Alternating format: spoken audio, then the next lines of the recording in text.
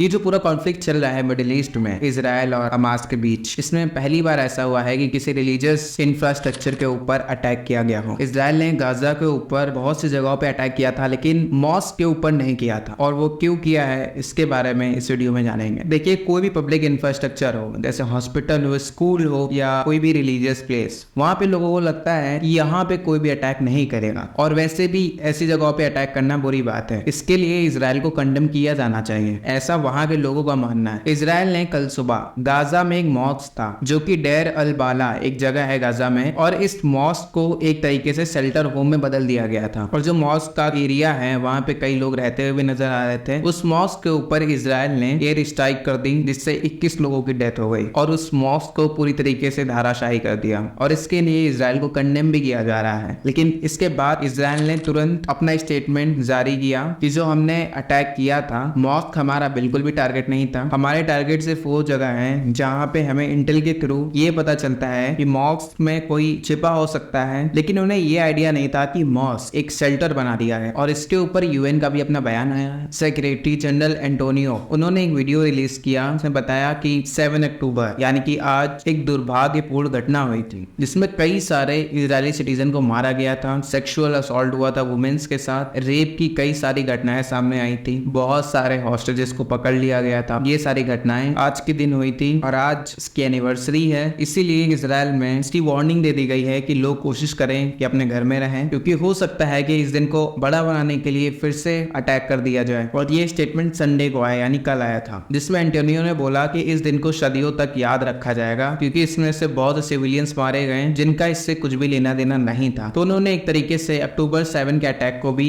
Cover किया। वही दूसरी तरफ ये बताया कि जो 7 अक्टूबर का अटैक हुआ था, उसका रिजल्ट उनके हिसाब से it not only resulted in the plight of Israeli people but also resulted in the plights of Palestinians and Lebanese people. उन्होंने कहा कि जो फिलिस्तीनियंस जो गाजा में रहते थे या लेबनान में जो इस समय हो रहा है, वहां के जो सिविलियंस हैं जिनका इस वायलेंस से कोई भी लेना देना नहीं है, और ये सिर्फ और सिर्फ 7 अक्टूबर की वजह से हो रही है, इसीलिए इस दिन को हमेशा याद रखा जाएगा। इस स्पीच में उन्होंने कहीं भी ईरान और इजराइल का नाम नहीं लिया, और मेनली इजराइल का नाम नहीं लिया, क्योंकि अक्टूबर 7 उस दिन इजराइल पे बहुत बड़ा अटैक हुआ था, उनके सिविलियंस सफर कर रहे थे। इन्होंने यहाँ पे डिप्लोमेटिक वे में बात करी है, सीज फायर हो जाना चाहिए, पीस आनी चाहिए। इसी वजह से इजराइल बहुत ही निराश है यूएन, और इसके चक्कर में इजराइल ने उन्हीं के ऊपर बैन लगा दिया कि वो इजराइल नहीं आ सकते। और ये तनाव पैदा कब हुआ? जब ईरान ने अटैक किया था इजराइल के ऊपर। अब ईरान की इस अटैक के बाद इजराइल यूएन से ये एक्सपेक्ट कर रहा था कि ये लोग हमारे सपोर्ट में होंगे और ईरान को कंडेम करें, लेकिन इस अटैक के बाद एंटोनियो का बयान आता है 2-3 लाइन का कि मैं कंडेम करता हूं जो मिडिल ईस्ट में कॉन्फ्लिक्ट का एस्केलेशन हुआ है पिछले कुछ समय में, ये रुक जाना चाहिए और एक सीज फायर एग्रीमेंट साइन होना चाहिए। और ये बस 3 लाइनें अपने ट्विटर अकाउंट के माध्यम से लिखी थी, और इसी के ऊपर इजरायली पीएम बेंजामिन नेतन्याहू और उनके फॉरेन मिनिस्टर नाराज हो गए। और इन तीनों लाइनों में उन्होंने कहीं भी ईरान शब्द का इस्तेमाल नहीं किया और मिसाइल अटैक का जिक्र भी नहीं किया। लेकिन यूएन बना भी इसीलिए था कि वो किसी की साइड लिए बिना काम करेगा, लेकिन वो बाद में एक वेस्टर्न ऑर्गेनाइजेशन बन गया, और इसी वजह से आज के डेट में वो इररेलेवेंट हो चुका है। उनके इस स्टेटमेंट में डिप्लोमेसी दिखाई पड़ रही है, और इसी वजह से इजराइल की फॉरेन मिनिस्टर अपने ट्विटर पोस्ट पे एंटोनियो गुटेरेस को